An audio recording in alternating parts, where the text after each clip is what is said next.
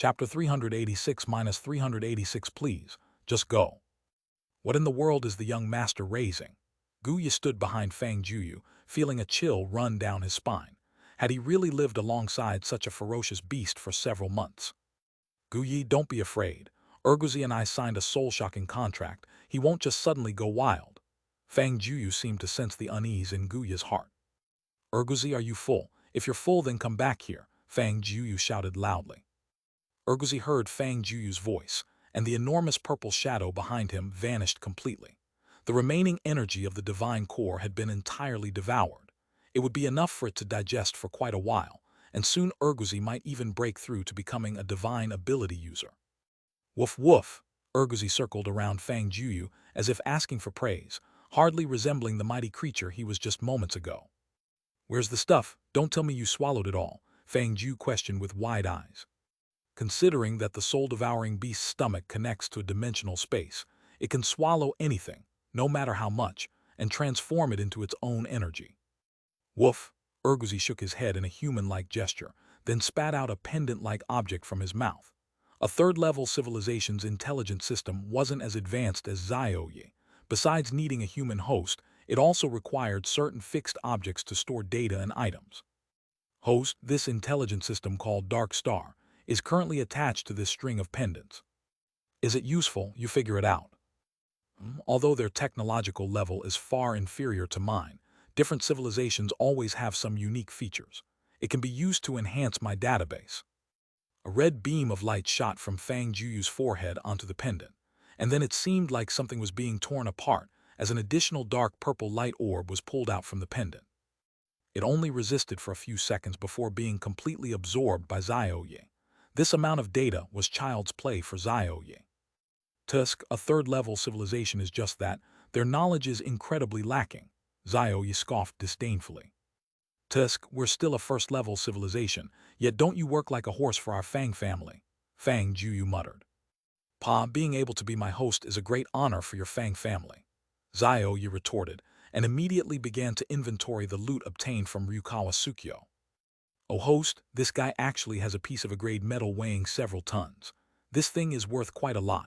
There are also some finished pills, but their quality leaves much to be desired. There's also information on ninjutsu adapted from third-level civilization martial arts, but it's inferior, not even on par with the worst martial arts in the Super God Academy. In Xiaoyi's mouth, the data from the third-level civilization turned out to be practically worthless. Ryukawa Tsukyo's 3-year collection had only a piece of metal with some value. But it was only slightly valuable. After seeing the wealth of his house in the Cosmic Bank, Fang Jueyu seemed to have no eye for anything valuable anymore. Anything that could be bought with money was garbage. All right, Gogh, you take Urguzi back. Ryukawa Tsukyo was dead, and there would be no more unexpected changes on Earth. Fang Jueyu handed Urguzi over to Gogh. Urguzi tilted his head towards Gogh, and that look made Gogh's hand tremble a bit, fearing this dog might swallow him whole too. But in the end, he still mustered up the courage to take him. Young master, I'll head back to the country first then. You break through to becoming a divine ability user as soon as possible. I'll probably head back in a couple of days too. Fang Jueyu had achieved his goal. There was no point in staying in East Gogh now. However, since he was leaving, he should say goodbye to a few familiar faces, right? Yes, young master, I will help relay the message to Miss Xinyu. Gogh picked up Urguzi and flew into the sky, disappearing into the night. Tomorrow, there will probably be news about this place again. Fang Jueyu glanced at the scarred beach, who knew what bizarre excuses the East Gogh officials would come up with tomorrow. Off I go then. Fang Jueyu hurried back to the Mita family's estate. Early in the morning, Kazama Suke received the news that some supernatural phenomenon seemed to have occurred on the southern coast of East Gogh last night. According to nearby residents, there were loud noises and flashes, as if a meteor had fallen there.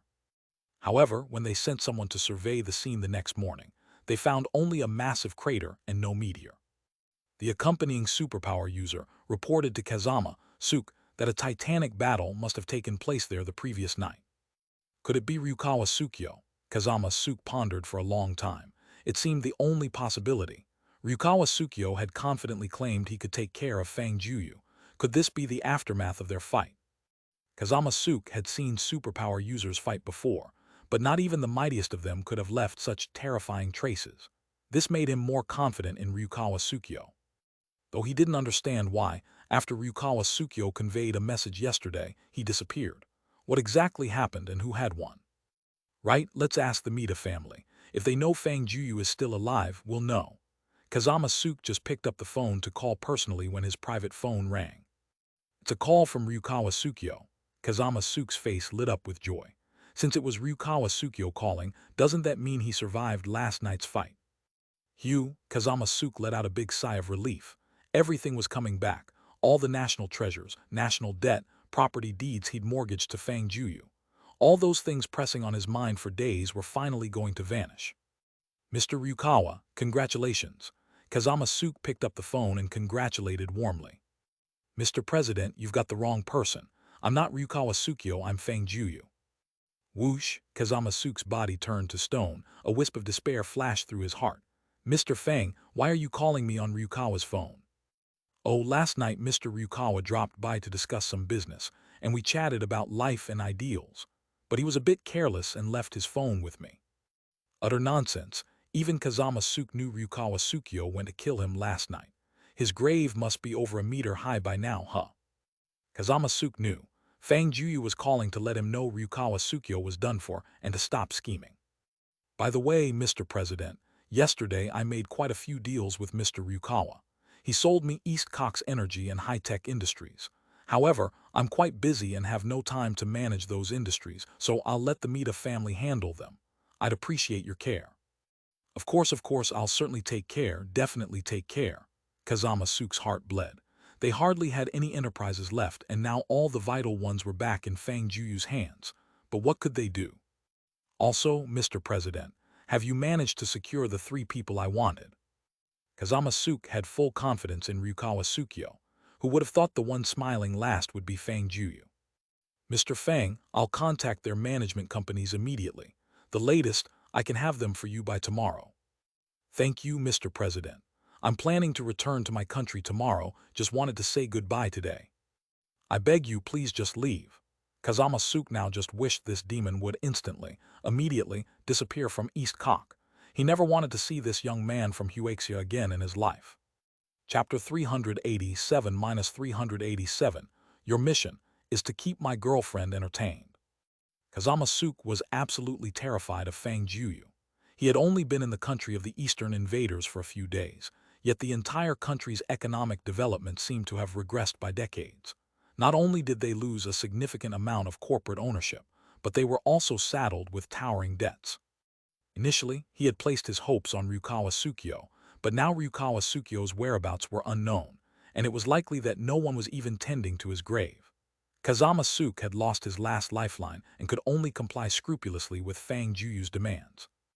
That very morning, he had Mizuhara Rimi and the 2 others, management companies, complete the contract termination process with them. Since the president himself had spoken, those companies wouldn't dare to have any objections, and as for the penalty fees, they didn't dare ask Kazama Suke for them either, lest their companies be under various investigations the next day. This time, Fang Jueyu returned with a full load. Not only did he recover the meteorite and complete the cosmic bank account binding, but he also unexpectedly acquired all the shares of hundreds of companies and a massive amount of national treasures from the country of the Eastern invaders. In those past humiliating times, Huaxia's treasures had flowed to countries all over the world. Now, they finally had the chance to take away treasures from others. The most crucial part was that he acquired these things in the open and fair manner. What could he do? The country of the Eastern invaders owed him tens of billions of US dollars. If they couldn't pay up, using items to offset the debt was only right, even if the whole world knew. So what? Fang Jueyu was in the right. Want it back? No problem, just repay the money first. By the afternoon of the next day, Fang Jueyu's private plane had already undergone maintenance and checks, and the crew members were eagerly waiting for Fang Jueyu's return. Flying with Fang Jueyu was the happiest job. Less work, more money. This flight alone brought them as much income as they would earn in several years, and it was just a round trip. If they could fly a few more times a year, wouldn't that be delightful? But if Kazama Suke and others knew about this thought, they would definitely cry with their mouths covered. This trouble magnet, no matter where he went, always stirred up chaos.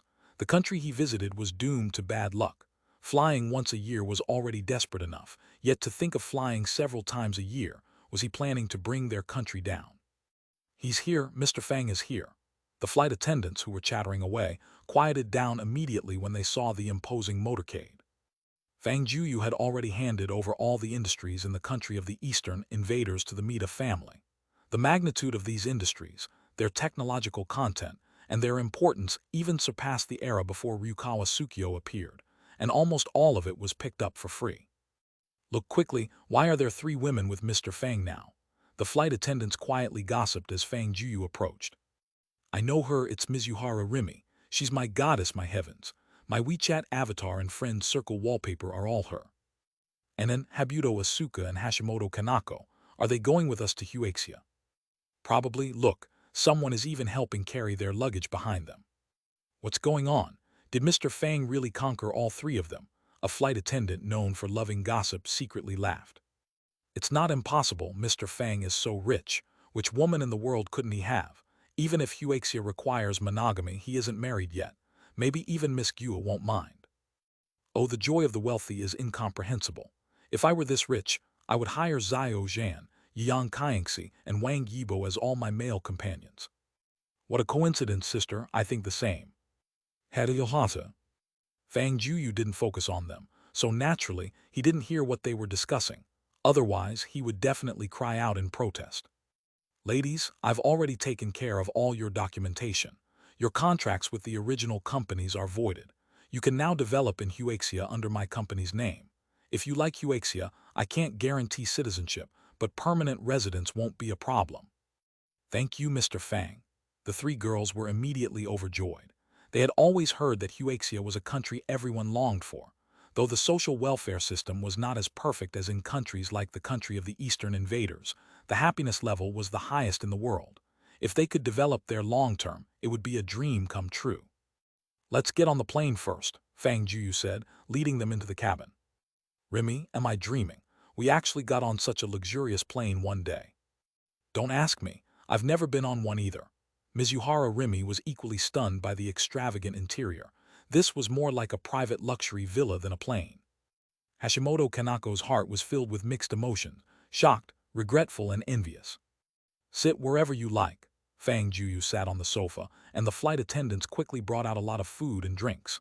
It only takes a few hours from the country of the Eastern invaders to Huaxia. You can rest for a bit. Mr. Fang, what about our families? Oh, right. I've arranged for the Mida family to handle this. If they want to come to Huaxia, I'll send a private jet to pick them up. If they prefer to stay in the country of the Eastern invaders, I'll ensure they're well taken care of, and a plane will be reserved for your exclusive use. You can go back every weekend if you wish. Even when they were in the country of the Eastern invaders, it was impossible to go home every week. Despite their immense popularity and glamorous appearances, they were merely working for capitalists, heavily exploited by their management companies with hardly any personal time. Oh, one more thing, I've prepared your contracts. These are 5-year agreements. If after 5 years you wish to stay in Huaxia, we can even sign a long-term contract. Fang Jueyu handed over a stack of documents. Seeing the staggering figures, the 3 goddesses were stunned. 5 years, $300 million per person. Even the top NBA players didn't have such high signing fees. Mr. Fang, will be blunt. One of them asked the burning question on their minds. Go ahead, Fang Jueyu replied with a smile. Did Mr. Fang bring us back to Huaxia because he sees high commercial value in us? Mizuhara Rimi asked. She didn't believe they could each make $500 million for Fang Jueyu in 5 years. Do I look like I need women to make money? Fang Jueyu shrugged. 2/3 of the companies in the country of the Eastern invaders are working for me. Honestly, my earnings in a split second might equal what you 3 could bring in a year. So is Mr. Fang bringing us to be his women? Mizuhara Rimi's face reddened as she asked. Fang Jueyu, the handsome guy, was at a loss for words. These girls weren't more than a year or 2 younger than him. Why were their minds filled with such thoughts? Although the notion of 3 national goddesses of Huaxia, if he really could have something with them, or even all 3 together, that would be heh. As he thought about it, Fang Jueyu's face showed a mischievous smile. Mr. Fang, Mr. Fang. The 3 girls saw Fang Jueyu's mysterious grin and their hearts raced nervously. Was this really his intention? But wasn't that also not a bad thing? Young, handsome, wealthy, and talented, the world might not have another like him. Wait a sec, don't think of me that way. I'm a gentleman, Fang Jueyu corrected his demeanor. I actually signed you to Huaxia, not planning too many commercial activities. If there's nothing to do, just accompany my girlfriend to shop, watch shows, eat, and chat. Is that it? They couldn't believe it. Fang Jueyu spent so much to bring them over, only for them to accompany his girlfriend. Instantly, the three goddesses turned sour with envy, guessing that his girlfriend must have saved the universe in a past life. Chapter 388-388 Joint Military Exercise. When Fang Jueyu returned to Jiangnan City, Zhuang Ying was already at the airport to pick him up. She was already aware of Mizuhara Rimi and the others, so she wasn't surprised to see them. Sister Xiaoying, have you arranged a place for them to stay? Everything's been arranged, young master. Miss Guo suggested that they stay directly at the Jiangnan Villa. I've already had a villa cleaned up for them so they can just move in. Thanks for your hard work. More and more people were now moving into the Jiangnan Villa. First, it was Fei Care and Angel. Now, it was 3 goddess-level celebrities from Dongku country. At this rate, Fang Jueyu's villa area was about to become a beauty camp. If those netizens found out, they would probably start making all sorts of jokes. Back at home, Guo Xinyu gave Fang Jueyu a big bear hug. This scene made Mizuhara Rimi and the others envious. How blissful it would be if they also had such a man. With so many people here, the two of them didn't want to say anything too lovey-dovey. Guo Xinyu assumed the role of hostess adeptly and took the 3 girls to settle into their new place. Oh right, Xiaoying, help me handle a batch of items. Fang Jueyu suddenly remembered the national treasures he brought back from Dongku country. Oh, young master, did you bring something back? Yeah, it's these. Fang Jueyu found an empty room and pulled out all the items he had brought back. Zhuang Ying wasn't surprised to see Fang Jueyu magically produce items out of thin air. She had already gotten used to it. In fact, after witnessing Gogh display his skills for the first time, her worldview had changed. Anything Fang Jueyu did was possible in her eyes. Take this sword to the kitchen. Fang Jueyu set the 10,000-fist sword aside. I heard it's pretty sharp and would be perfect for chopping ribs. Zhuang Ying was taken aback. She couldn't recognize all the items, but she knew some iconic ones. These were national treasures of Dongku country. Had he robbed their treasury? Roughly estimating, there were close to 1,000 pieces. Young master, I suggest not doing that, Zhuang Ying advised, feeling a headache coming on. The last time you bought a saber from the auction that Napoleon once wore, it was indeed sharp and did a great job chopping ribs. But it was so sharp that it cut through several cutting boards, and now old Zhang from the kitchen uses it to trim Aunt Wang's bonsai. Besides, young master, those treasures worth billions of dollars are considered national treasures by others, and you're using them casually like this. Doesn't your conscience hurt? Zhuang Ying joked. All right then. Leave that mirror for Xinyu to use and donate the rest to the National Museum. If that's not feasible, maybe I'll just build a museum myself and waive the entrance fee for charity. Got it, young master, leave it to me. Oh right, young master, yesterday afternoon the secretary to the commander came to find you. She said to contact her once you're back. It seems there's something important to discuss with you. Oh, normally, if the commander needed something from him, a phone call or video chat would suffice. The fact that someone came looking for him in person suggested an urgent matter. Understood, I'll head to Yanjing directly. Let Xinyu know she doesn't need to wait for me for dinner tonight. Fang Jueyu headed to the underground garage, got into the Sun God, and drove towards Yanjing. Having contacted the commander's secretary in advance, Fang Jueyu went straight to the commander's home. It was his first time visiting the commander's residence, and perhaps very few in Huaxia had ever been there. The commander's wife was still working overtime, and his daughter was at school, so he was alone in the evening. Xiao Fang, you're here. The commander's worried expression lightened up upon seeing Fang Jueyu. Come in, make yourself at home. The commander's warmness wasn't because he needed Fang Jueyu's abilities, but because he genuinely regarded him as a junior he could talk freely with. Commander, has something serious happened this time? Fang Jueyu asked directly. It was the first time he had seen such a solemn expression on the commander's face. Ah, indeed, the commander sighed. Recently, various countries are planning to hold a large-scale joint military exercise on a coastal area near the desert in Africa. Hearing the first part, Fang Jueyu almost thought the exercise would take place on disputed Huaxia territory. This was not uncommon. Given Huaxia's rapid development, many countries aimed to curb it, continually stirring up conflicts.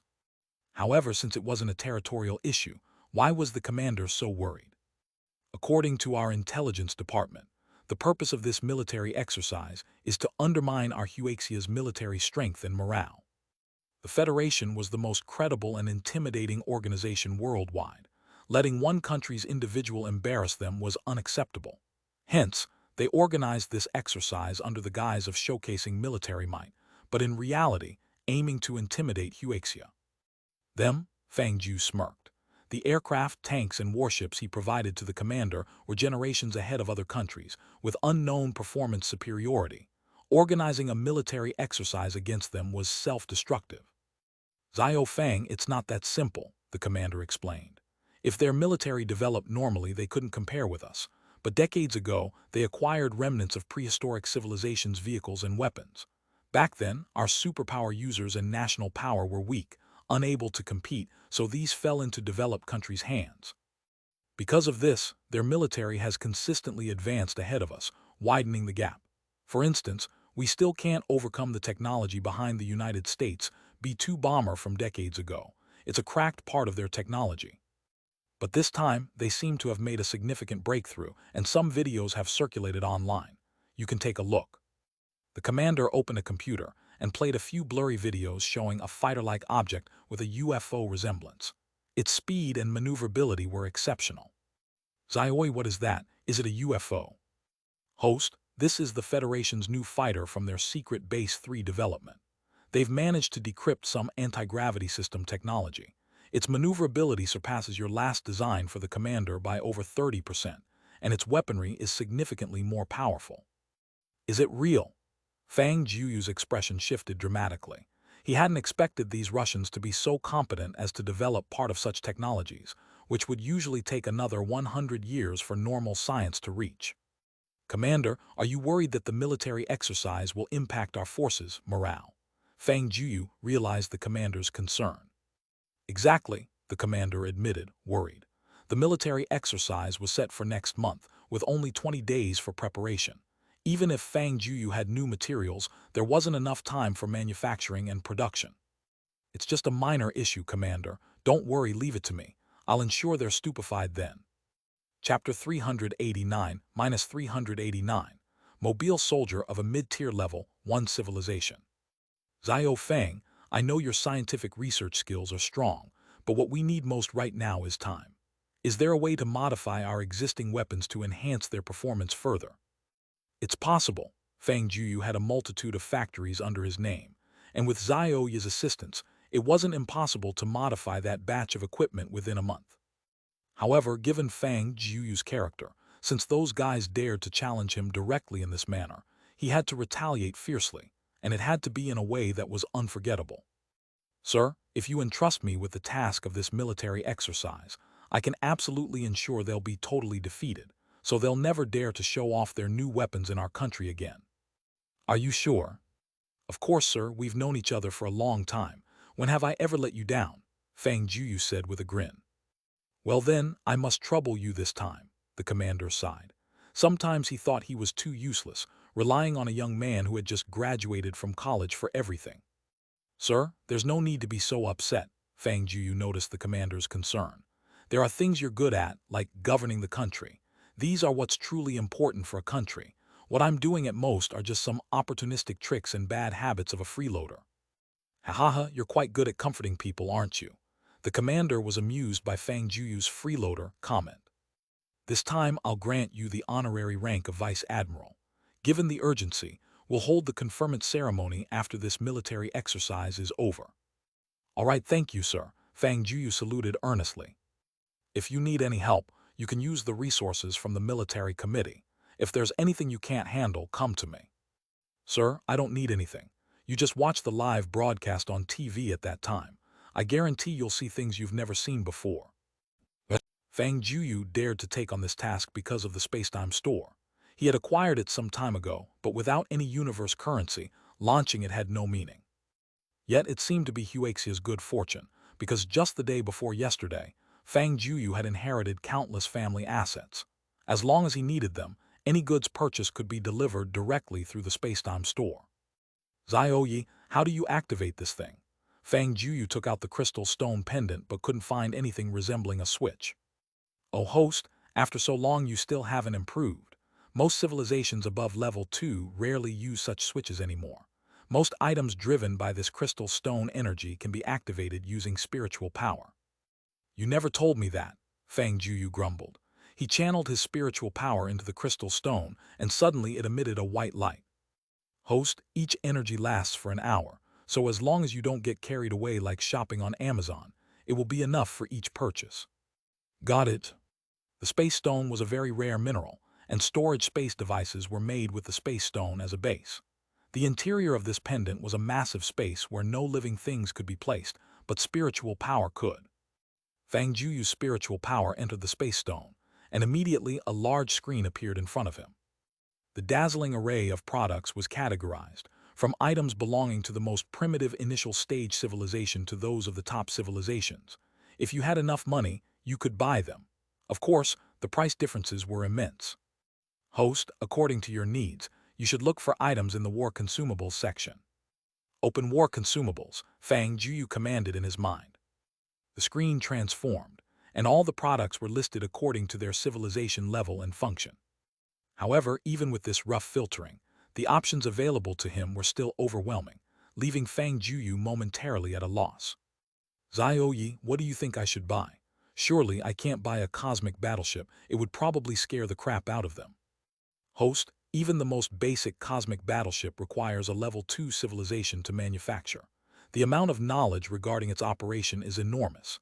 Even in the Super God Academy, a month's time would be very tight, and it would be too shocking for your current era. My suggestion is, host, that you choose some single-soldier weapons from the level 1 civilization.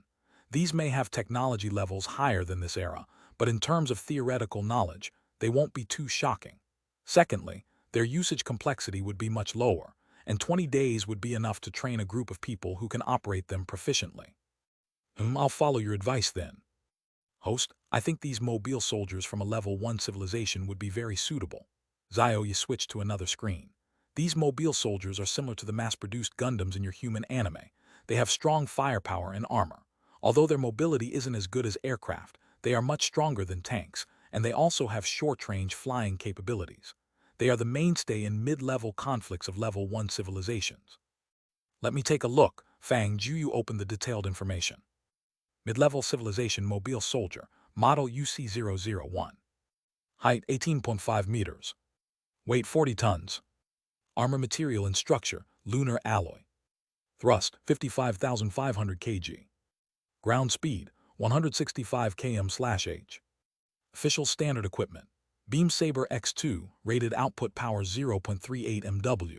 Fire God Cannon X2, particle vibration blade X2. Optional package, beam rifle super rocket launcher, electromagnetic light shield.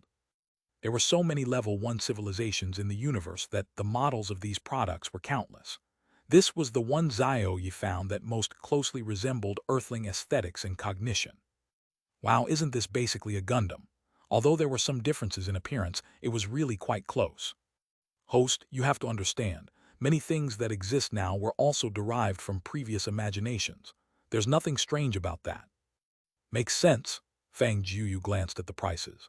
The different configurations ranged from 80,000 to 100,000 universe currency. There were many manufacturers for the same model, and purchasing over 100 units even offered a 2% discount. These 100,000 universe currencies were enough to buy a small uninhabited planet, but for Fang Jueyu, it felt almost like it was being given away. This thing isn't bad, buying 100 units should be enough. Fang Jueyu opened the suppliers list and randomly chose one.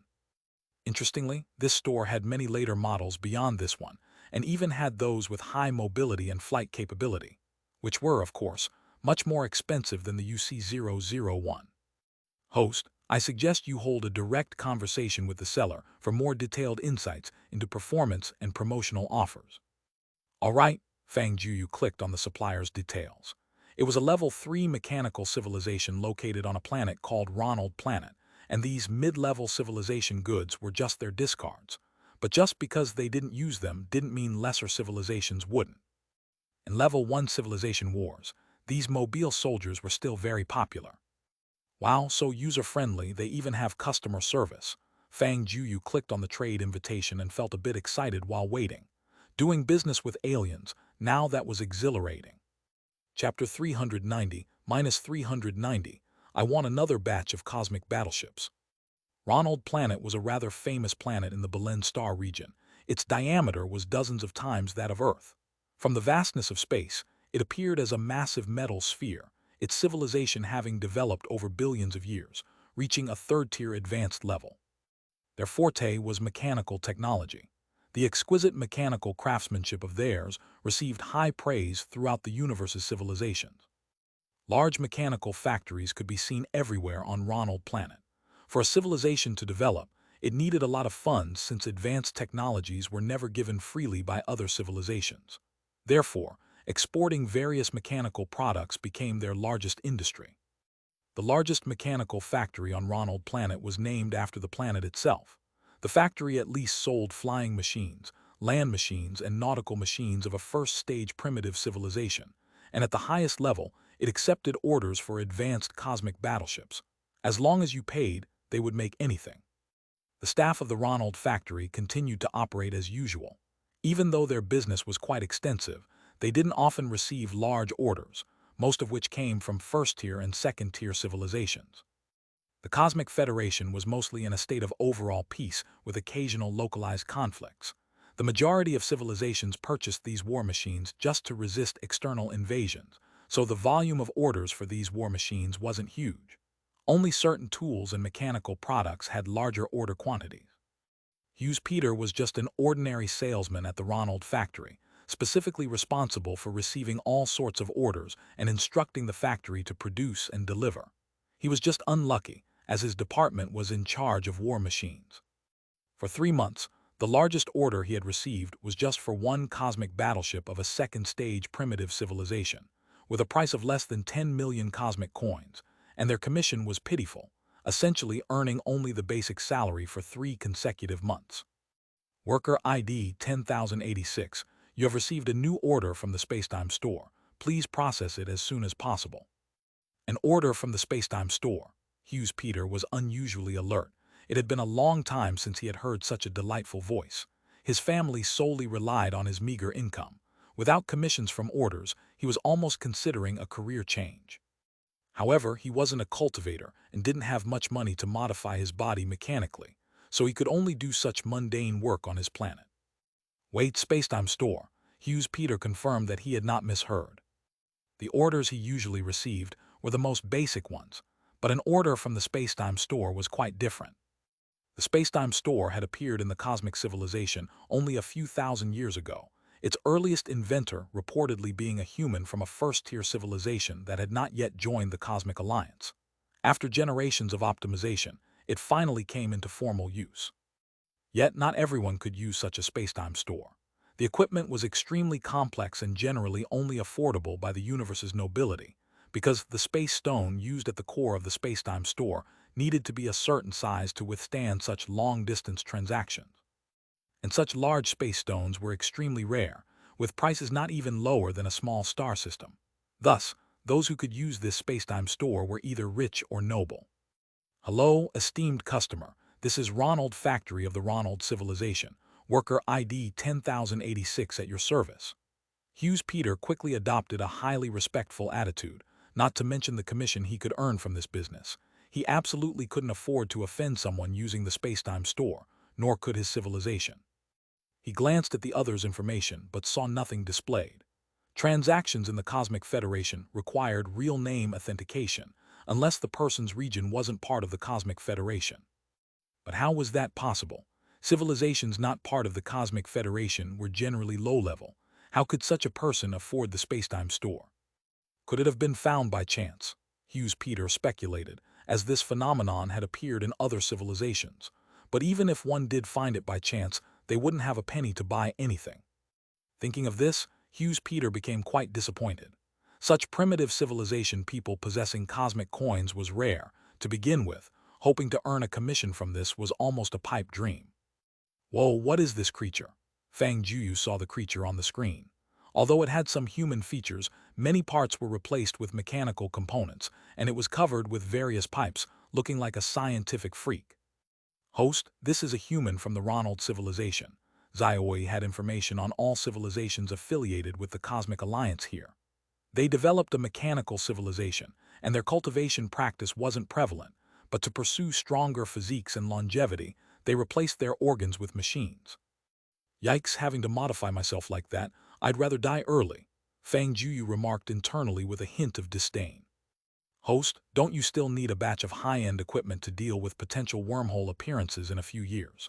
In such a scenario, warships of a third-stage advanced civilization would suffice, but these things aren't typically in stock and need to be custom-ordered. You can pre-order now and then pick up directly. Makes sense. Fang Jueyu's Spacetime store could be activated for only an hour each time. If the items weren't in stock, there was no time for transmission, and if low-level mistakes happened then, it'd be disastrous. Hello, I need a batch of UC-001 model mobile soldiers. Fang Jueyu spoke in universal cosmic language. Hughes Peter was even more astonished.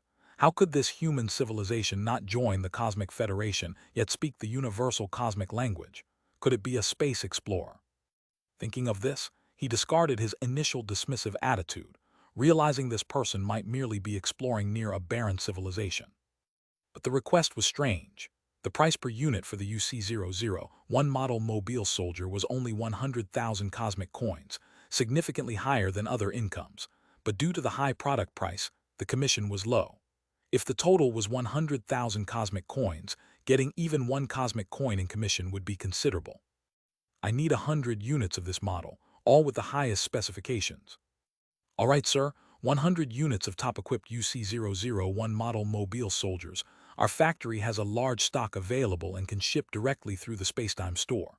Total price, 10 million cosmic coins, with a discount to 9.8 million cosmic coins. How would you like to pay?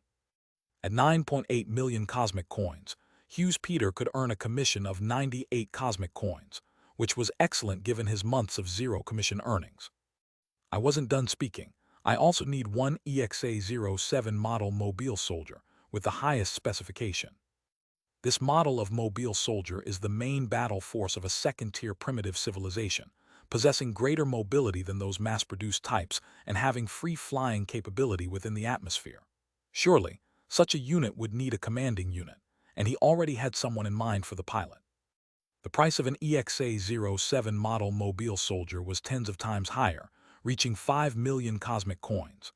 But frankly speaking, it was still a small order, and Hughes Peter couldn't help but feel a bit disappointed. Sir, do you need anything else? Yes, can you make advanced cosmic battleships? See, sir, you want cosmic battleships. Hughes Peter's voice trembled slightly, since the cheapest cosmic battleships cost over 1 billion cosmic coins. All right, give me a batch of those as well. A batch? Hughes Peter was stunned by those two words. He had encountered individuals purchasing a cosmic battleship before, but such things were priced way out of the average person's reach. Very few people could afford to buy even one. Usually, a large-scale purchase of cosmic battleships only happened when a civilization was preparing for a massive war, and such orders would not fall to someone like him. Typically, their manager or boss would negotiate personally. Sir, are you joking? Hughes Peter still found it hard to believe. Do you think I can't afford it? Fang Jueyu wasn't angry. He knew the other could see part of his personal information. Coming from a level 1 low civilization, how could he normally afford a cosmic battleship? It was unimaginable for them to produce any cosmic currency. No, sir, I just wanted to confirm. Hughes Peter quickly said, what if he really could afford it? He would be ruining a business deal. If someone else got this big order, that would be bearable, but if he lost it, his job could be on the line. What's the highest grade of battleship you can manufacture here? Fang Jueyu asked. Sir, our Ronald civilization, although only a level 3 high civilization, is advancing towards level 4. It's not that our technology isn't advanced enough, but our connections, resources, and wealth are lacking.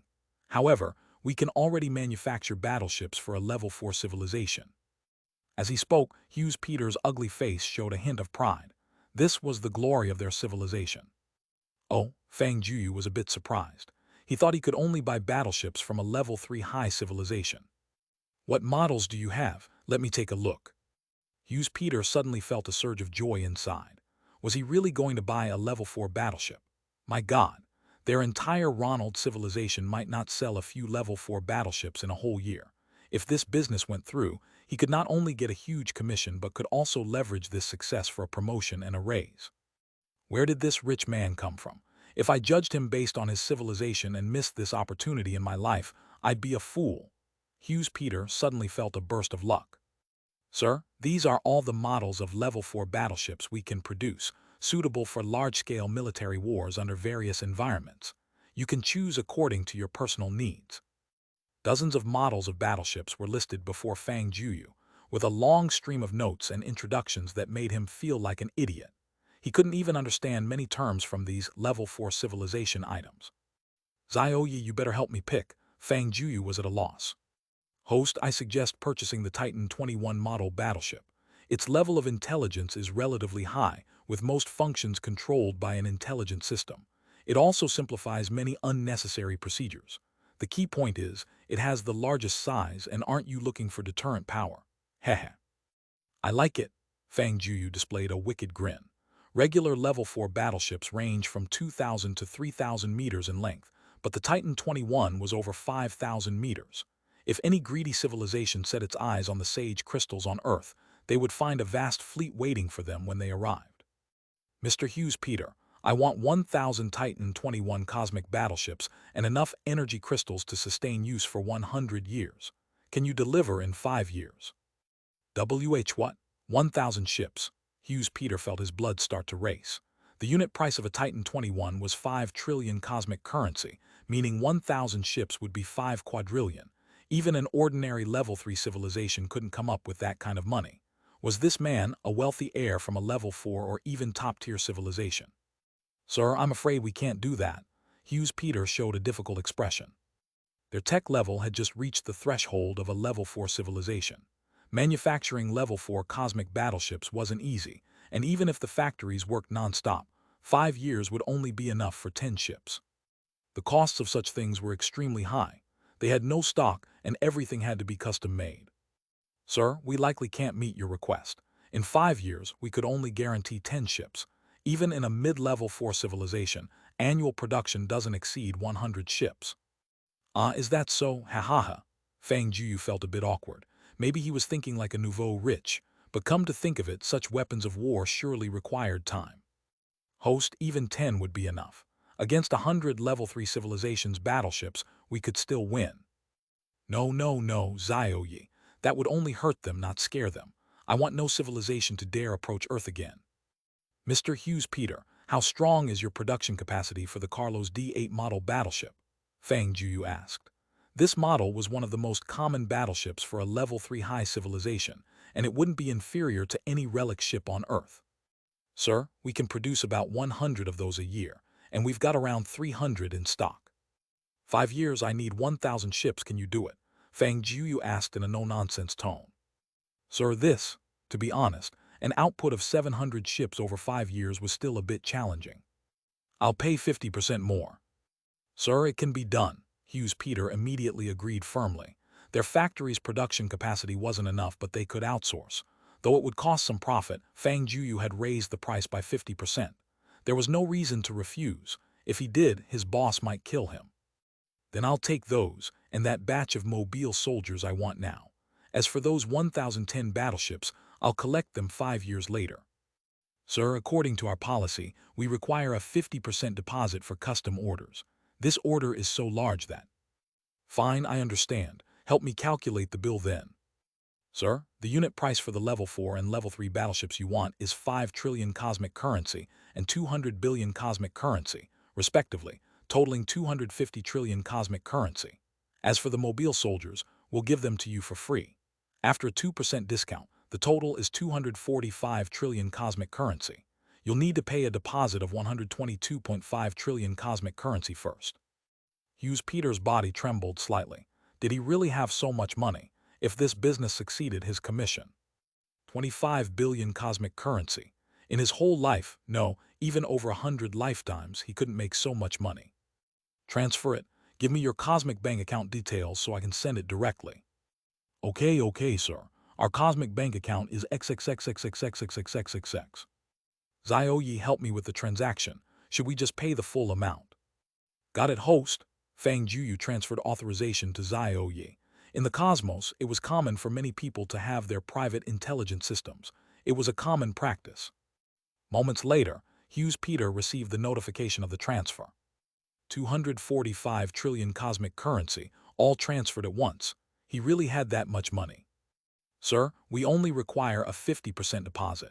You didn't have to. Hughes Peter was trying his best to control his emotions. His vitals were starting to go out of control according to the instruments on his body. Oh, I don't like decimals. Having a few extra zeros makes me feel more comfortable. I'm not short on money, so I just paid the whole amount. Okay, all right, sir. Hughes Peter was speechless, paying the full amount just because he didn't like decimals, but simply adding zeros at the end would remove the decimal point. He spent hundreds of trillions of cosmic currency without even batting an eye. What kind of god-level spendthrift was this? Chapter 392, minus 392. Brother-in-law takes you to show off. Sir, starting today, our factory will be dedicated to producing your orders. That batch of mobile soldiers can be shipped immediately. Please wait 2 minutes. Hughes Peter had already received the news from the boss. A massive sum of money suddenly appeared in the company account, and it showed that it was handled by Hughes Peter. The boss was eager to contact him. If it were usual times, receiving a call from the boss would have made Hughes Peter utterly submissive. But now, he directly hung up on the boss. The most important thing now was this customer. Moreover, the labor laws of their civilization were very strict. The order was in his hands, and no one could take over for any reason. Otherwise, they would have to pay 50% of the order as a penalty unless their boss was crazy. For turning over hundreds of trillion cosmic coins for the company, even if he hung up on the boss would still treat him like a god. Sir, all the mobile soldiers are already in this space factory. Hughes Peter transmitted a silver-white square box through the space-time store. This box was a space storage device. Its price was not lower than this batch of mobile soldiers, but Fang Jueyu had spent so much money that millions of cosmic coins counted for nothing. Hughes Peter could easily give it to him. Host, no problem. All 101 mobile soldiers are in here. Great, Fang Jueyu revealed a satisfied smile. With these items, the military exercise in 20 days would be enough to scare those who wanted to embarrass Huaxia into incontinence. Respected sir, the battleship you ordered has begun construction. You can come and check the progress at any time. I, Hughes Peter, am always ready to serve you. By now, Fang Jueyu was Hughes Peter's golden patron, so his attitude was as respectful as possible. Thanks, I have no other questions. Fang Jueyu unknowingly spent 50 minutes at this store, and the energy of the spacetime store was nearly exhausted. The next usage would be in 1 month. Thank you for your patronage. I wish you success and eternal peace. Hughes Peter stood up and bowed deeply to Fang Jueyu. As the energy of the spacetime store depleted, Fang Jueyu also withdrew. This transaction with an extraterrestrial civilization was overall very satisfying. He got everything he wanted. Now, what he needed was a batch of qualified pilots. First, this mobile soldier team needed a captain, and Fang Jueyu already had someone in mind. That mobile soldier from the second-level civilization was prepared just for him. Since studying at the Super God Academy, Gogh Junyu's development had far outstripped other kids his age. The knowledge in the school textbooks no longer bound him. Coincidentally, the private school Gogh Junyu attended was invested by a company under Fang Jueyu's name, so he simply opened a back door for him. Gogh Junyu only needed to attend exams every semester. Over the past year, Gogh Junyu had changed significantly. Although he was only in his teens, his mindset and worldview were already mature. Besides normal social interactions, he spent most of his time at the Super God Academy, and mechanical piloting was his favorite subject. To train him back then, Fang Jueyu had him study various physics, mechanics, engineering, and piloting techniques. Now, his proficiency in these areas was quite impressive. Dean, it's been a long time since you came. The janitor monk still showed utmost respect. Master, is Zioyu here? Oh, he arrived early this morning and is currently in class with teacher Amuro. I'll go take a look. Feel free, Dean, said the janitor monk with a pleasant smile. In the driving academy area, a mobile soldier composed of red, white, and blue colors was performing various actions.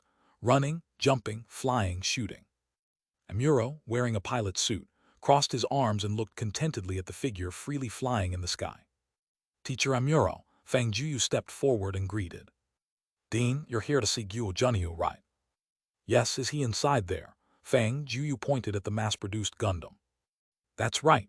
He has already learned all the theoretical knowledge of first-level mobile soldiers and basic mechanical knowledge, and is now transitioning to the second-level civilization's knowledge.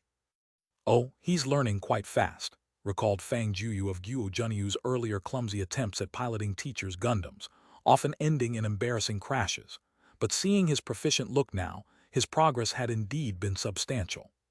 Screech, that Gundam stopped next to Fang Jueyu. Gogh Junyu, dressed in a blue tight suit, leaped down from a height of 10 meters. His current skills were comparable to a force transform master, so this height was nothing to him. Brother-in-law, it's been a while since you visited. Are you here to see me this time? Gogh Junyu had grown taller, but at just over 10 years old, he still wasn't quite as tall as Fang Jueyu. Teacher Amuro, let's finish today's lesson here. I have something to discuss with Yu, Fang Jueyu said. Okay, we'll continue another day, Teacher Amuro agreed, as the teachers here were 100% compliant with Fang Juyu's orders. Fang Jueyu directly took Gogh Junyu out of the War Academy and drove to a private mechanical research institute outside Jiangnan City. This place was where Yi had modified the sun god. The construction here was entirely enclosed and of vast scale, but to outsiders, it appeared to be just an ordinary research institute. Young master, you've arrived. The gatekeeper opened the door for Fang Jueyu. Every employee, including the gatekeeper, was cultivated by the Fang family and not ordinary hired staff. Thank you for your hard work, said Fang Jueyu, taking Gogh Junyu into the factory and entering an underground warehouse. Gogh Junyu looked around. This place was rich with a dense shell-egg feeling, and outside this underground warehouse was an enormous underground laboratory occupying several football fields. Brother-in-law, why did you bring me here? Gogh Junyu asked all along the way, but Fang Jueyu remained mysterious and refused to reveal anything. I've prepared a gift for you this time. Look at this.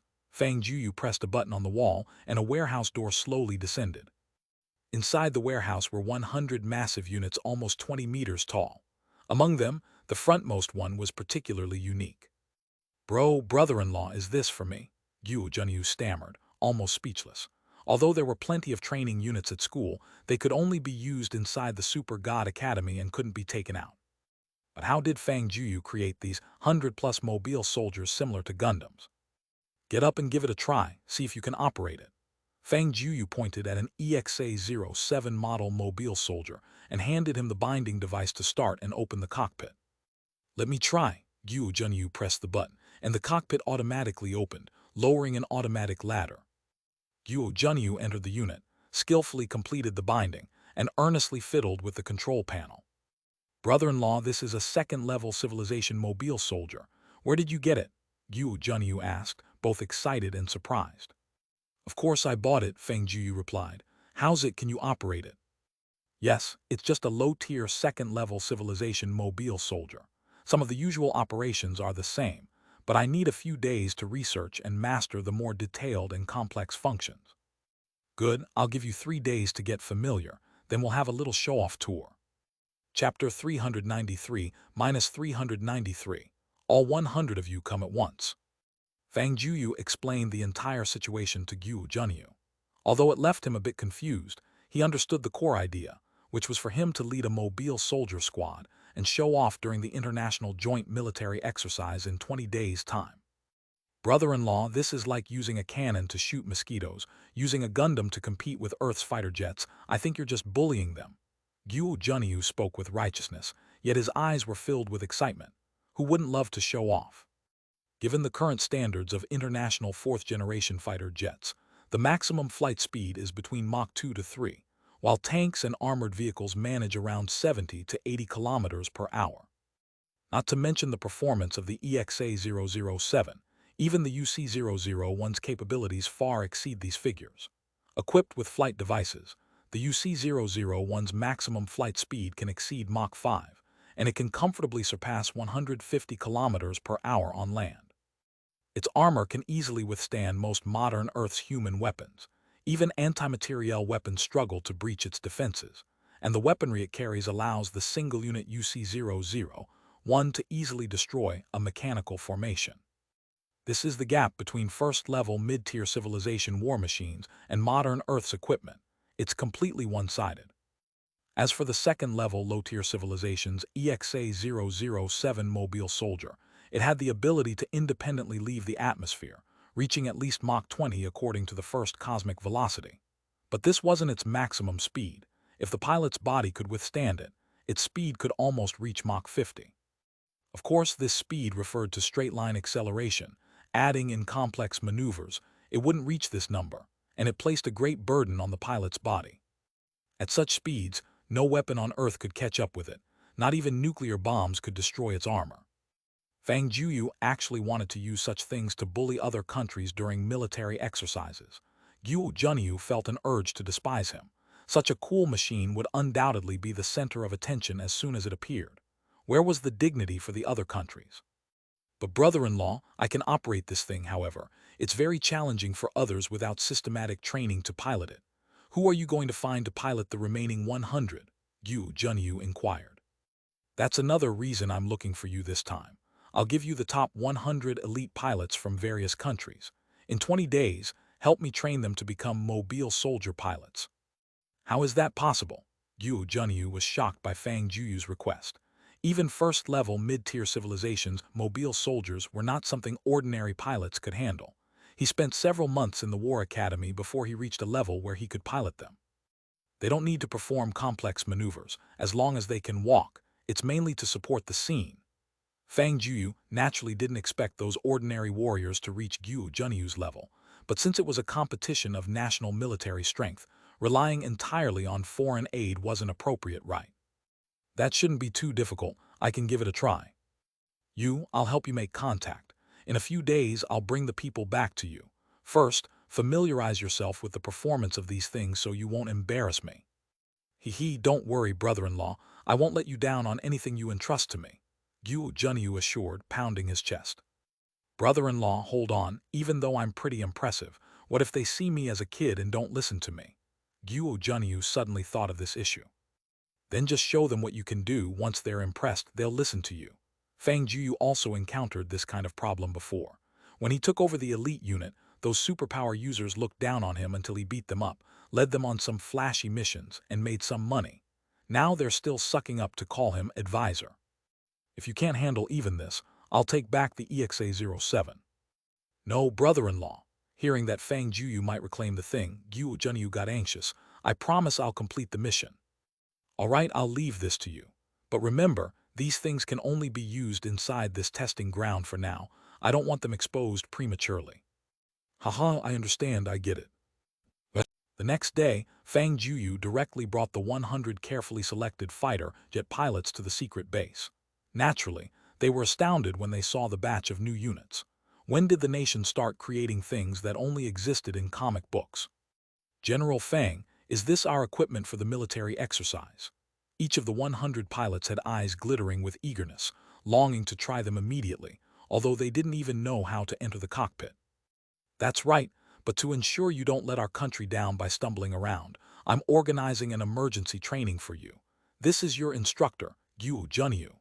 Fang Jueyu pointed at the young man playing with his fingers while leaning against a machine not far away. General, you're not joking, right? Every one of them was an elite pilot, cultivated through massive investment of national resources, always at the forefront as instructors, and now they were to be students. Even though the equipment was peculiar, requiring them to familiarize themselves with new operation systems, shouldn't the instructor be a seasoned veteran? A little kid as an instructor was hard to swallow. They were aware this youngest vice admiral in history was someone quite remarkable, credited with the design of Huaxia's fifth-generation fighter jets, and probably these new military weapons too. Fang Jueyu made such contributions for Huaxia, earning his rank to their complete admiration, and any commands from him were followed without question. But Gogh Junyu was completely unknown, just a kid. How could he be qualified as their instructor? General Fang, the military exercise in 20 days concerns our nation's honor. This is no joking matter. A pilot couldn't resist expressing to Fang Jueyu. Oh, do you think he's unqualified? Fang Jueyu smiled slightly, confirming such a situation would occur. Not really, but to train us, it should be someone with piloting skills we recognize, right? A kid like him, can he operate such things? He probably doesn't even have a car license.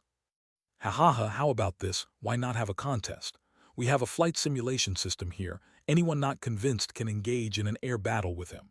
If anyone can take him down, I'll swap instructors, and you all will get a rank and pay increase. Really? Of course. General Fang, if we win, don't accuse us of bullying a kid. A promise is a promise. Fang Jueyu pat Gogh Junyu on the shoulder, noting this brat was fuming silently already. So who wants to go first? Fang Jueyu inquired.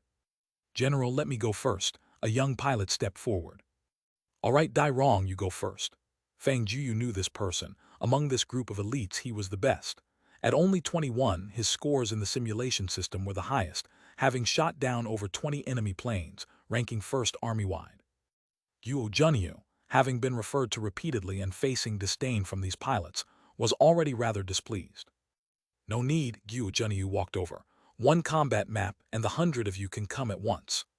Chapter 394-394. Can piloting a fighter jet compare to operating a Gundam?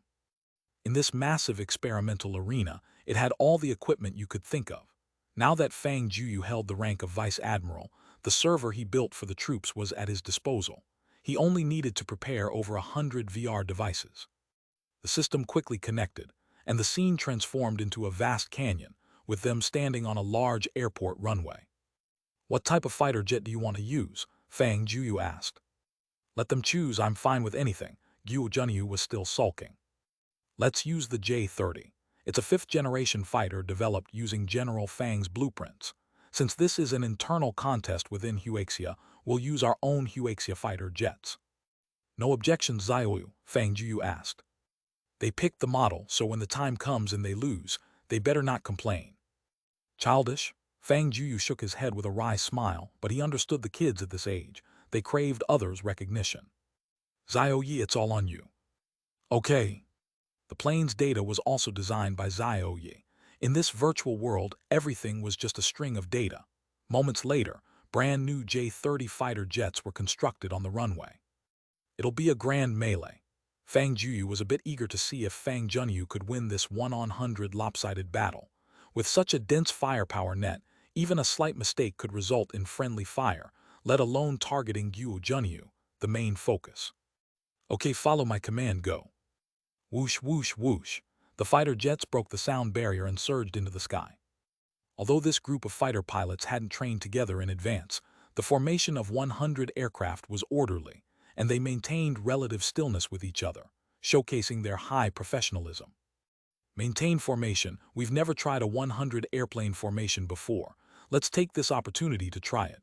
Everyone, stay focused and listen to my commands. Dai Rong was the most excellent pilot, and no one questioned his command. Amazing. Fang Jueyu watched the neat formation of fighter jets. It was impressive and orderly. If Gogh Junyu's plane faced them head-on, he might be riddled like a sieve with just one careless mistake.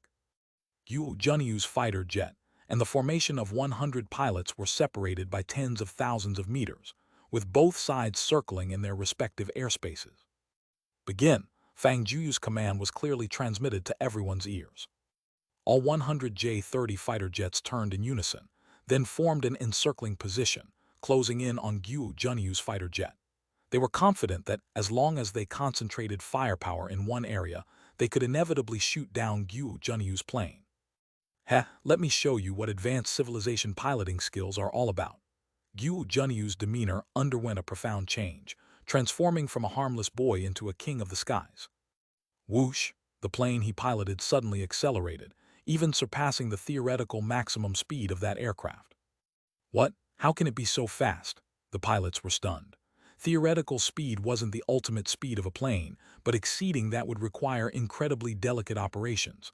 Otherwise, the aircraft might surpass its load and malfunction. Be careful, this little brat is a madman, Dai Rong warned. Now they admitted to underestimating this kid. His operational skills alone were something only top-notch pilots could achieve. Even Dai Rong wouldn't dare take such risky maneuvers. First formation, fire. Second formation, flank to the side, don't give him much room to dodge. Whoosh, whoosh, whoosh. Hundreds of missiles locked onto Gogh Junyu's plane, trailing long tongues of fire as they flew toward him, while the planes on the side activated their machine guns. Each J-30 carried 8 air-to-air missiles, several aviation rockets, and glide-guided bombs. Its machine gun had a firing rate exceeding 8,000 rounds per minute. Under such a dense firepower net, the difficulty for Gogh Junyu to dodge was extreme. Trying to trap me, the confident smile on Gogh Junyu's face never wavered. It's showtime. Finally, the battle commenced.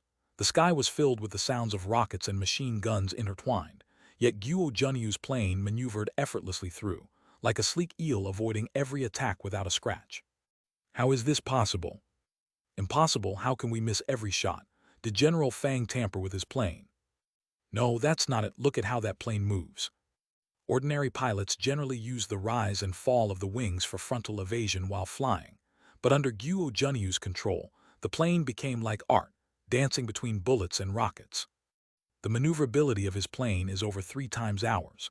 Vertical, horizontal, diagonal, he flawlessly executed evasive maneuvers and even performed subtle operations to dodge.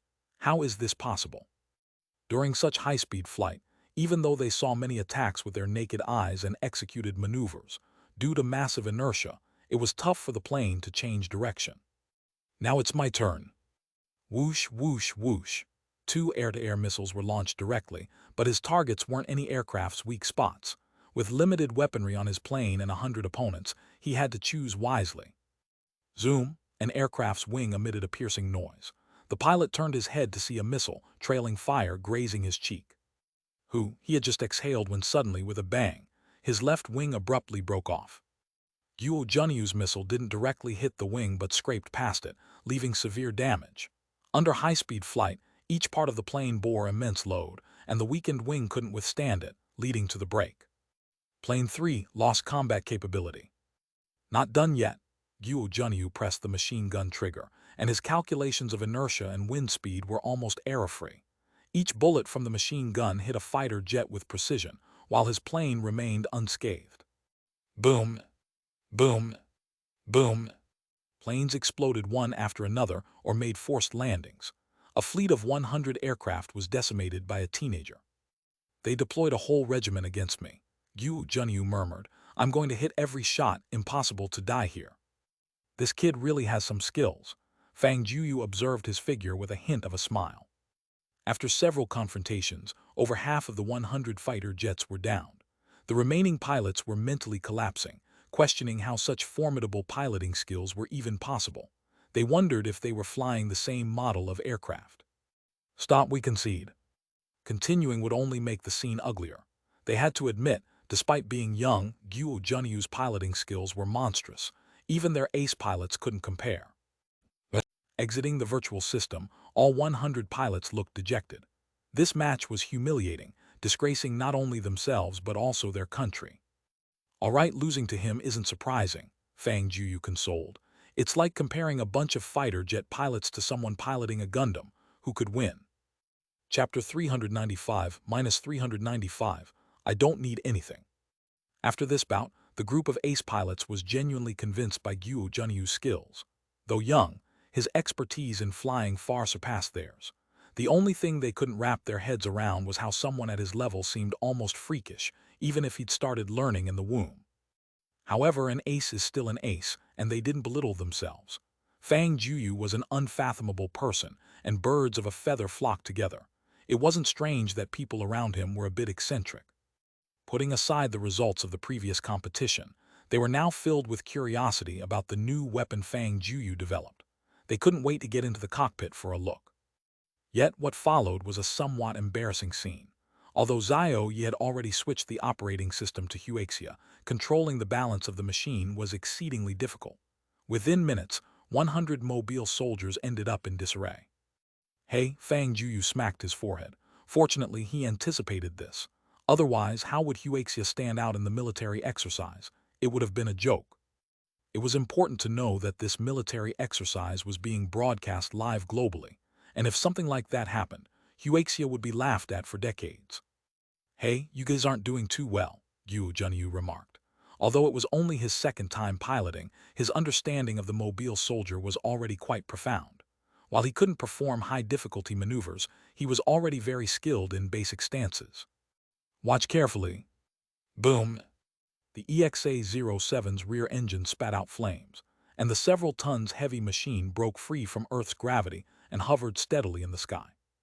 When Fang Jueyu purchased this batch of mobile soldiers, Hughes Peter had thrown in enough energy cores to last 10 years, so there was no fear of waste. Whoosh! The machine burst with a roar and flew freely through the underground laboratory. Compared to the J-30 fighter jet, its agility had increased 100-fold. In this, Gogh Junyu found his own sky.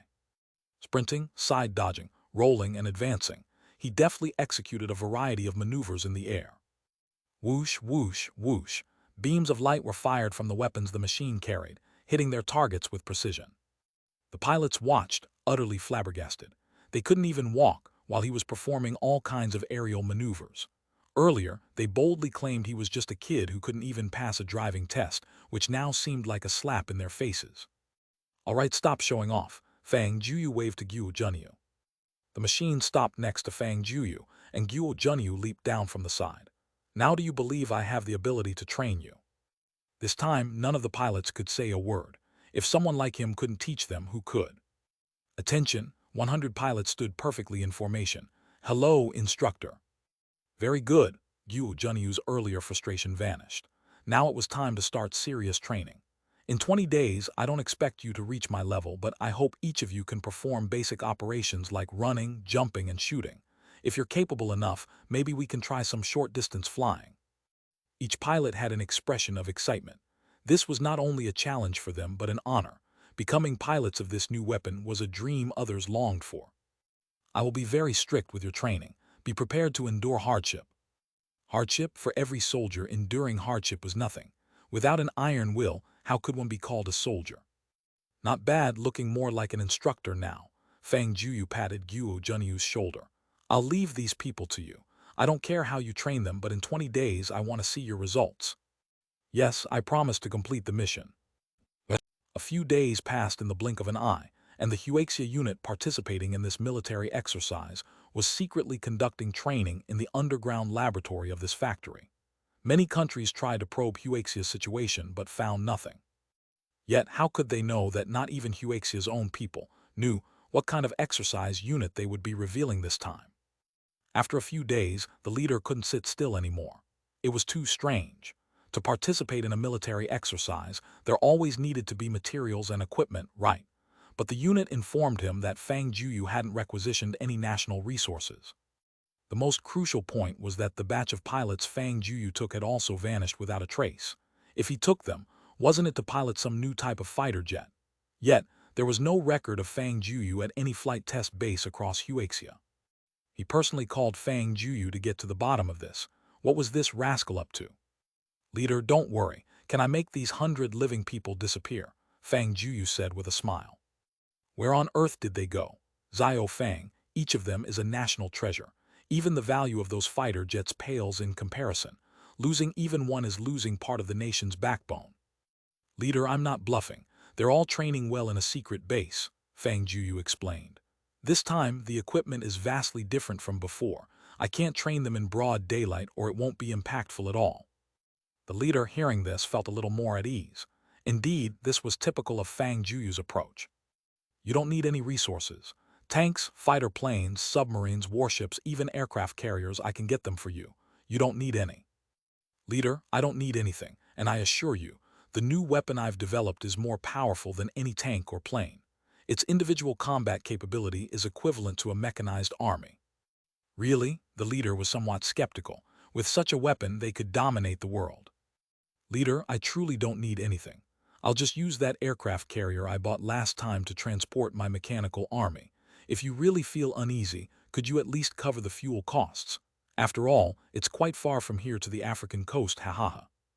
"You spouting nonsense, but what is this new equipment you've developed?" "Hee, that's a secret. You'll get to see it in a few days. The Federation's weapons aren't even fit to shine our shoes," Fang Jueyu said confidently. He had just returned from the training ground today. Gogh Junyu was truly skilled. In just a half-month, those pilots had indeed managed some basic maneuvers with the UC-001. "All right, then I'll wait to see your performance." After hanging up the phone, Fang Jueyu dialed another number. From here to Africa, even at the speed of an aircraft carrier, would take several days. Our preparations complete. Young master, everything has been arranged. All 100 containers are ready at the port. Excellent, start loading. Once loading is complete, we'll head for the African coast. Chapter 396, minus 396, they are quite pitiful. Hurry, hurry, the live broadcast is about to start. This is the first joint military exercise organized by major countries worldwide. We absolutely can't miss it. The entire school has been notified. To experience our country's national defense strength, all faculty and students will watch the live broadcast of the joint military exercise today and submit a review tomorrow. The joint military exercise was being heavily promoted worldwide, especially in Huaxia, which places a special emphasis on patriotic education. Nobody wanted to miss these broadcasts that showcase the nation's strength.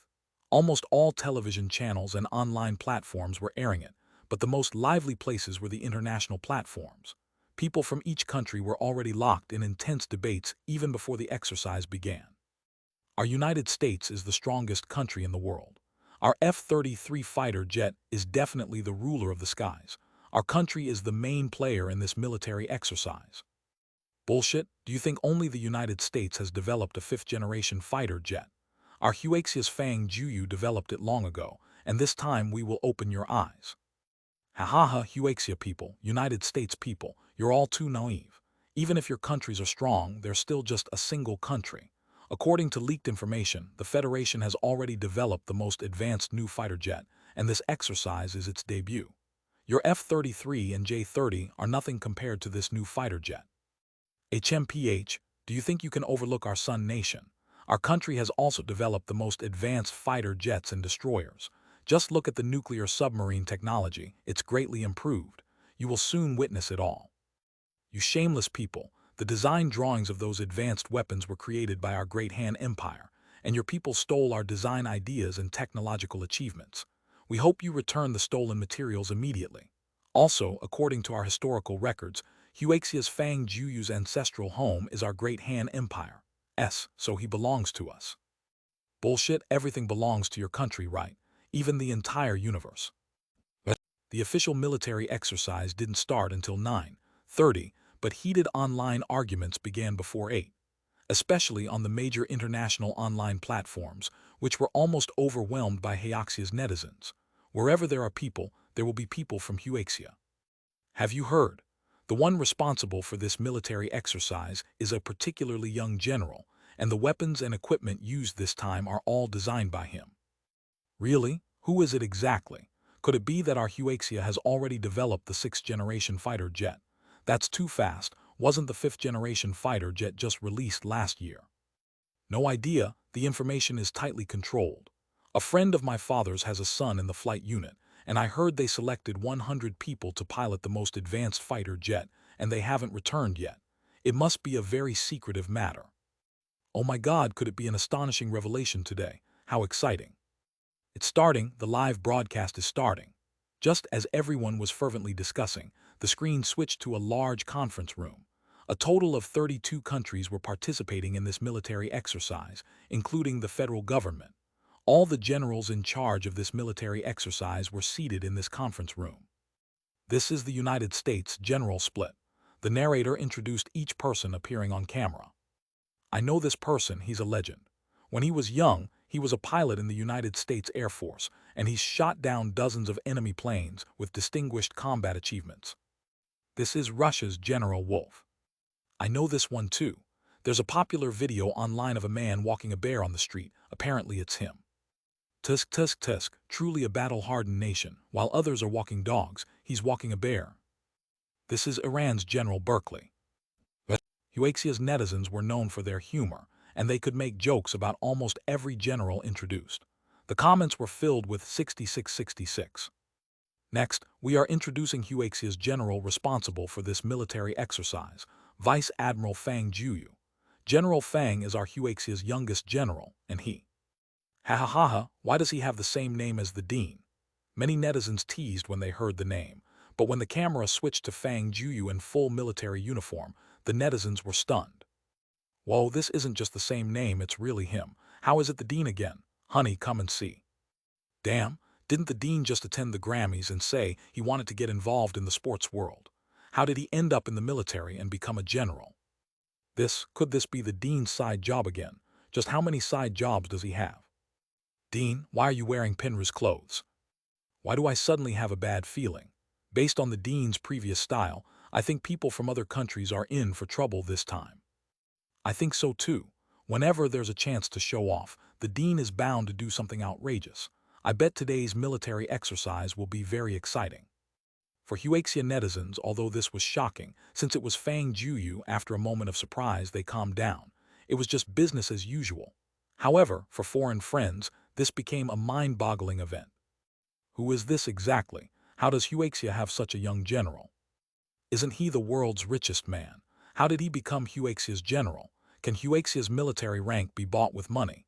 Did he provide Huaxia with 100 fighter jets? Ridiculous. Huaxia actually lets a businessman become a general. It seems they can't produce a decent army. Sigh, they're quite pitiful. Seeing these comments, Huaxia's netizens didn't retort with harsh words, but instead started to feel concerned for them. These poor folks don't yet realize who they're up against. You can't comprehend the Dean's financial prowess. If he spends on research, the things he would develop would terrify you. Friends from abroad, I suggest you close the live broadcast and do something else. If the Dean starts acting up, even we are afraid. I heard the Dean's research team developed the latest weapons and equipment. Judging by his expression, I think you're doomed. Be more confident, you upstairs, and remove the words "I think." All 32 generals were introduced, yet the chatter was still centered on Fang Jueyu, and even in the conference room, most people's attention was fixed on him. These generals had all been through the crucible of war and achieved their current statuses through distinguished military contributions. What right did a young man barely in his 20s have to stand alongside them in pointing out the strategies of the world? Everyone, it's about time. Why don't we begin? General Orov of the Federation spoke up. Which general would like to show off their country's military power first? General Orov asked. Their federal government considered itself the most powerful militarily, naturally the strongest, so of course it was meant to save the best for last. Without other countries to serve as a backdrop, how could they showcase the strength of the Federation? Then let's have Yinshan country go first.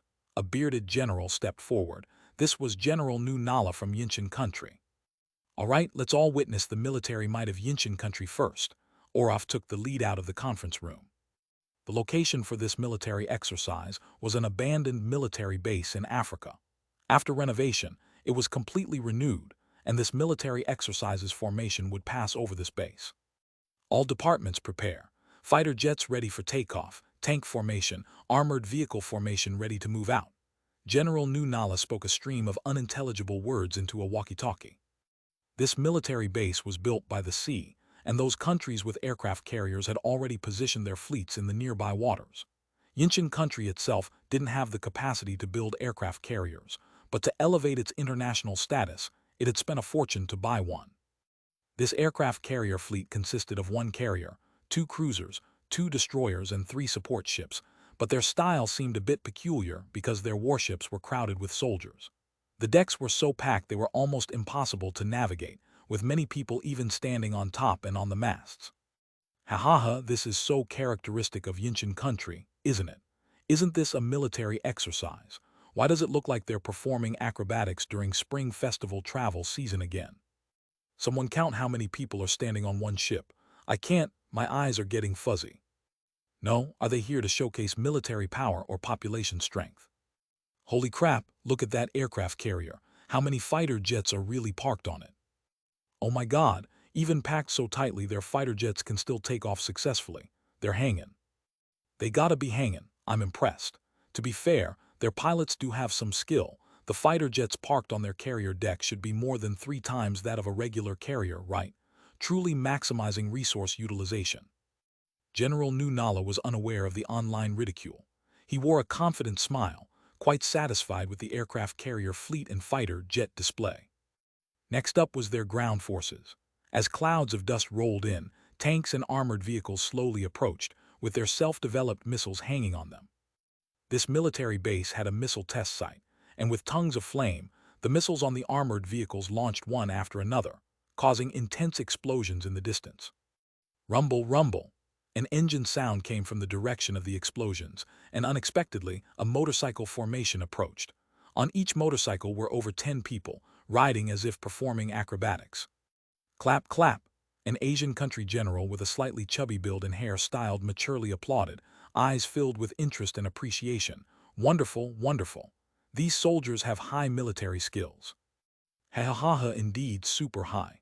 If they retire, they could definitely join a circus and perform acrobatics without starving. Laughter filled the internet. General Nu Nala, your troops are impressive. General Jin, you flatter us. Why not let us see your country's troops next? Nu Nala, having completed today's mission, appeared quite relieved. All right, then let's have our troops come next. At General Jin's order, their troops began as well. 32 countries displayed one by one. Although time was limited, every country showcased their most advanced weapons and equipment. HMPH, a bunch of technologically backward countries. Although the generals from developed countries wore smiling faces, they were filled with disdain within. To those unfamiliar, their weapons and equipment did appear somewhat impressive, but in reality, they lagged decades behind technologically. The showcased equipment had long been outmoded for them. Now it's our turn. General Split from the United States couldn't hold back any longer. What defined a true military power? They did. A super maritime fleet of 2 carriers and a dozen destroyers and cruisers sailed towards the military base. Fighter jets launched from the carrier decks, flying in neat formations across their view, even performing a very challenging formation change in the sky. Is this their 5th-generation fighter jet? Its performance is indeed extraordinary. Even untrained viewers could easily spot the difference between the American fighter jets and those of the previous countries. A big country is indeed a big country. I wonder how our J-30 would fare against their F-33. Hard to say. I imagine the performance is already quite close, since they're both 5th-generation jets. But didn't the news say that the director developed the latest equipment? Maybe it's even better than the F-33. Right, let's keep quiet and watch. It's almost our turn. The United States had showcased its equipment. Next were developed countries like England, Germany, etc., each bringing out 5th-generation fighter jets and powerful ground equipment and missile weapons. Originally, Eastern Japan was supposed to attend, but having paid off some debt, they were now too poor, even struggling with military and fuel expenses, leaving no extra money to participate in this military exercise. Now, only Huaxia and the federal government had yet to display. General Fang, it's Huaxia's turn next, Orov said. Well, why not let General Orov's troops begin first? I'm afraid after our troops' demonstration, you won't have the courage to bring out your toy planes and cars. What? Orov's expression changed, causing even the hands of journalists holding cameras to shake slightly. This was being broadcast live globally. Even if Fang Jueyu wanted to boast, he should consider the occasion, right? Not to mention whether Huaxia actually had such powerful equipment. His arrogant attitude alone drew foreign netizens' curses. Huaxia people are so arrogant. They're just a developing country. How could they present better equipment than us? General Orov, let's see the federal military equipment first, then see what face this arrogant Huaxia person has left to stand here. You see, the federal government gathered the world's top talents. Even the United States had a gap in military strength with them. Their equipment was unquestionably the world's most powerful. At that moment, many foreign netizens were ready to watch Huaxia make a fool of itself. All right, then we'll go first. Orov, knowing some insider information, knew this military exercise was meant to strike at Huaxia. The new type of fighter jet and other weapons developed from relic documents were far beyond this era. He lowered the brim of his hat, a smile playing on his lips, knowing Fang Jueyu was setting himself up for disgrace. Chapter 398-398. Look carefully, don't blink. I'm telling you, we've got this, Jueyu. Fang Jueyu couldn't hold back his laughter as he spoke through the communication device. EXA-07, prepare for launch. The lead ship was once again an enormous aircraft carrier group, but thanks to an upgraded propulsion system, its cruising speed was astonishingly 50% faster than standard carrier groups. On the carrier's deck were parked sleek, futuristic aircraft that exuded advanced technological prowess. These were the latest fighter jets developed using relic technology, Shadow Knight 1. Shadow Knight 1, integrated a basic anti-gravity system. It no longer relied on wing lift from high-speed movement. It had no propellers, yet it could take off vertically like a helicopter, reaching a maximum flight speed of Mach 4. This speed far surpassed the United States F-33 and Huaxia's J-30 fighter jets and had significantly improved agility and control. If this disparity were translated into intuitive data, it would represent a technological lead of 50 to 80 years over current capabilities. I've seen this thing before. While studying abroad, I once saw it fly over my head at night. I thought it was a UFO, and my teacher and classmates ridiculed me, but it turns out they were already developing this new Air Force equipment. Amazing, even with decades, we couldn't match this technology, exclaimed a group of fighter jet design engineers at Huaxia's Air Force Weapon Development Center, their eyes filled with surprise. Though the principles of this anti-gravity system had been theorized long ago, its practical application had numerous technical challenges to overcome. Even the fifth-generation fighter jet design Fang Jueyu handed them didn't incorporate this technology. It's over. The Dean is going to screw up this time. Our country's J-30 certainly surpasses the fourth-generation fighter jets, but at most, it's on par with the F-33 and can't compete with the Federation's Shadow Knight 1. Don't be nervous, the Dean still has new equipment up his sleeve. Who knows, there might be another surprise for us. Impossible, that's technology over 50 years ahead of modern times, a professional commented online. Dean Fang's research capabilities are indeed strong, but I've read his papers, and his vision is only ahead by 10 to 20 years at most. The gap is still too wide. But for a time, voices of doubt surrounded Fang Jueyu online. Though he had a reputation for such stunts and often stole the spotlight, this time was different. This time, he was representing the country's image, not himself. If he had kept quiet, it wouldn't matter, but he had already boasted boldly. Wasn't he just setting himself up for failure? Ha, what do you think? This is our Federation's latest Air Force and naval equipment. Orov appeared full of confidence. Next is our ground equipment. A fleet of uniquely shaped tanks and armored vehicles drove from the side. At that moment, 5 Shadow Knight 1s nosedived toward the formation, launching missiles at it, enveloping the entire group in flames instantly. General Orov, what's going on? All the generals were startled, thinking something catastrophic had occurred. They had just witnessed the missile's power, capable of leveling a small hill with a single shot. Even the thickest armored tank couldn't withstand it. Everyone stay calm, this is my arrangement. As soon as he finished speaking, the formation drove unscathed out of the blaze, only displaying shallow scratches and scorch marks on the armor of the tanks and armored cars. How is this possible? Everyone was dumbfounded. It's our latest alloy technology crafting super armor, withstanding extremely high temperatures and impacts. To destroy our tanks, you'd need an intercontinental missile or a nuclear bomb. Incredible. Truly deserving of the Federation's equipment. But General Fang, it's about time for your turn. I hope Huaxia's equipment won't disappoint us, Orov said mockingly. All right, I'm tired of looking at toy cars and planes, so let us show you what real high-tech warfare equipment is. It's starting, finally it's Huaxia's turn. What do? We boasted earlier, but what if we fall flat? Hard to say, the Dean is really remarkable, but the Federation's equipment is too advanced. We're no match for them. Wait, look at the Dean's expression. Why do they look so expressionless, even amused? I suddenly feel confident. Me too. Fang Jueyu took out a walkie-talkie. 2nd Battalion Commander, quickly use the carrier to bring our battalion's equipment over. As soon as he spoke, everyone around was left dumbfounded. Wait a minute, from what he said, it sounds like his aircraft carrier is like a pickup truck for hauling goods. In other countries, carriers are strategic-level equipment, considered a pride to have, so why did it sound so cheap coming from him?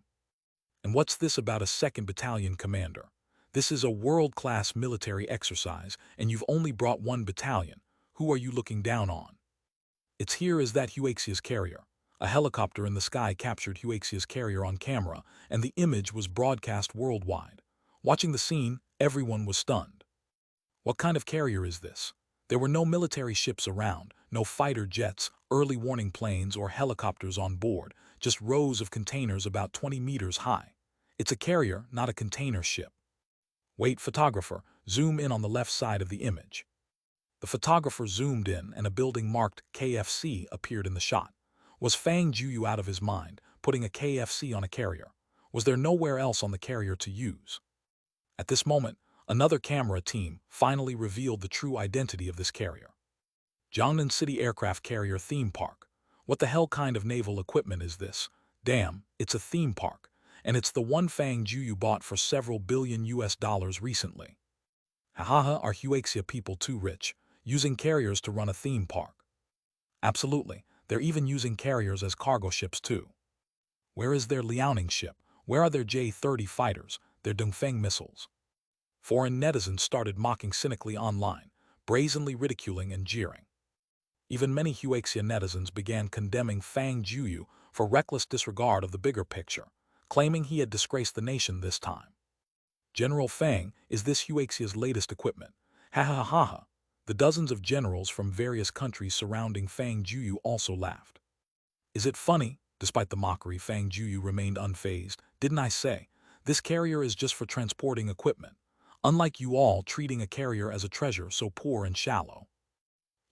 The generals were resentful after Fang Jueyu's reprimand, but couldn't act out due to the setting. Then we hope the equipment General Fang brought will leave us in awe. Of course it will. Be sure to watch closely and don't blink. Fang Jueyu took out the walkie-talkie again. EXA-07 move out. Chapter 399-399. The fear dominated by the Dean. EXA-07. What's that? Is it the code name for Huaxia's new equipment? What a strange name. That's not typically how Huaxia names their weapons and equipment, right? Quick, look at the sea. Just as the audience was frantically discussing in the comments, the live broadcast camera switched to the sea beside the aircraft carrier, where a water dragon was approaching the military base at an incredible speed, almost too fast to be captured by the camera. So fast? What on earth is that thing? Watching the live broadcast weren't just ordinary people. Even weapons experts from various countries were focused on this broadcast. Operating underwater, could it be a submarine? Some weapons experts speculated. Impossible, a submarine can't achieve such speed. This guess was immediately refuted. The underwater resistance is very large, and currently, international submarines can barely reach a speed limit of 50 knots, which translates to less than 100 kilometers per hour, or nearly 30 meters per second. But judging from the speed of this water dragon, it had at least reached over 100 meters per second, which no submarine could possibly achieve. It must be some kind of torpedo. Only underwater weapons can reach such speed. No, the size of a torpedo isn't that large. Look at the scale of this water dragon. It's definitely not something a torpedo could create. The weapons experts were at a loss, unable to guess what exactly was moving underwater. At this moment, a huge splash suddenly erupted from the sea, and a massive object, glistening with metallic light, shot into the sky. What is that? Gundam Impossible. Finally, the camera captured the enormous object. It was a giant metal robot with a main color scheme of red, white, and blue. The robot stood nearly 20 meters tall, and although its back seemed to have a jet engine-like device, it was not activated, yet it hovered steadily in midair. Holy shit, is this the new weapon the Dean developed? Damn, he actually made a Gundam. Is he a god? Oh my god, with such high resistance in water, it's moving faster than fish. What kind of technology is this? Can someone explain to me how it flew up? I didn't see any flames coming from its bottom or feet. What F-33? What Night 1 in front of a Gundam? They're all garbage. This thing can be used in the sea, in the air, on land. How can other countries compete with our military power? Who just insulted the Dean? Step forward and take your scolding. Blast team, get ready. Xiaoyu, give them a show. The generals, almost dumbfounded now, had even more contorted expressions on the faces of those who had been mocking the hardest just now. Got it, brother-in-law. The pilot of that mobile soldier was Gogh Junyu, who, after 20 days of intensive training, could operate the mech as if it were his own body. Maximum thrust, engage. Gogh Junyu cranked the engine power to its maximum. A searing flame erupted from the back of the mech, propelling it towards the military base at speeds tens of times faster than the speed of sound. So fast, they felt it only took a moment for the gigantic robot to cover tens of kilometers and arrive right in front of them. How is that possible? How can it have such strong maneuverability?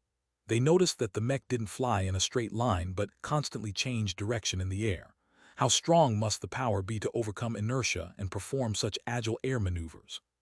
At this moment, the weapons development departments of various countries were busier than ever. This new equipment was simply terrifying. Even though it hadn't demonstrated its firepower capabilities, its maneuverability alone greatly exceeded that of any current aircraft, tank, or warship. Are the data out yet? In the federal government's laboratory, the experts urged impatiently. They're out, they're out. A researcher ran over holding the freshly calculated data. Water speed, 300-400 knots. Airspeed over Mach 30. This is impossible. Seeing the data, the expert's hands trembled continuously. What did these figures mean? This robot moved underwater far faster than a torpedo and in the air faster than an intercontinental missile. How could Huaxia develop such technology? Did they obtain knowledge from some relics? Impossible. We've researched for decades and only just touched the roughest contours of the anti-gravity system. How could they already reach this level? But Gogh Junyu's performance wasn't over. The mobile soldier finally stopped amid high-speed flight. With a crisp mechanical sound, a dark cannon barrel appeared at its chest. After less than 2 seconds of energy buildup, a terrifying beam of light, over 3 meters in diameter, shot out into the distance. Boom! A gigantic mushroom cloud rose from the weapon testing field of the military base, leveling the entire test site with the ground. Haha, sorry, I accidentally overdid it. I'll personally cover the test site's losses. The statement sounded like sheer bragging to the others' ears. Haha, listen, the Dean is talking nonsense again. Let me translate. Our Huaxia weapon can destroy the entire test site with one shot. Can you do that? At Huaxia Chinese University, the person above should be directly admitted to graduate school. Who dares to say Huaxia's military technology is not up to par anymore? If you're not convinced, let's have a fight. The Dean's Gundam will teach you a lesson. Brothers, do you feel the fear of being dominated by the Dean? General Fang, what exactly is this? Oh, this is our Army's newly developed single-pilot mobile soldier, Fang Jueyu said. You've all seen its performance and power. It's passable. Passable? Everyone was speechless. If this could be called passable, weren't their airplanes and tanks just scrap metal? Compared to Huaxia's mobile soldier, theirs were mere remote-controlled toy planes and cars, utterly unworthy of even carrying its shoes. General Fang, excuse my rudeness, but is the difficulty of manufacturing this new weapon very high? Orov asked with a hint of hope. If these mobile soldiers couldn't be mass-produced, and there were only 1 or 2, then there wouldn't be much impact on the international situation and standings. Naturally, it's quite high, Fang Jueyu said with deliberate severity. With our current capabilities, we've only made one of this model. Phew, that's good. Only then did the 31 generals breathe a sigh of relief. If Huaxia could mass-produce this thing, then Earth would belong to Huaxia, and who would dare compete with them? However, Fang Jueyu changed his tone, we can fully mass-produce slightly lesser models. What we showed just now was merely a glimpse of our Army's pinnacle technology. Now, here's what Huaxia has prepared for this military exercise. Suddenly, everyone thought of those densely packed giant containers on the aircraft carrier earlier. Could it be that inside them,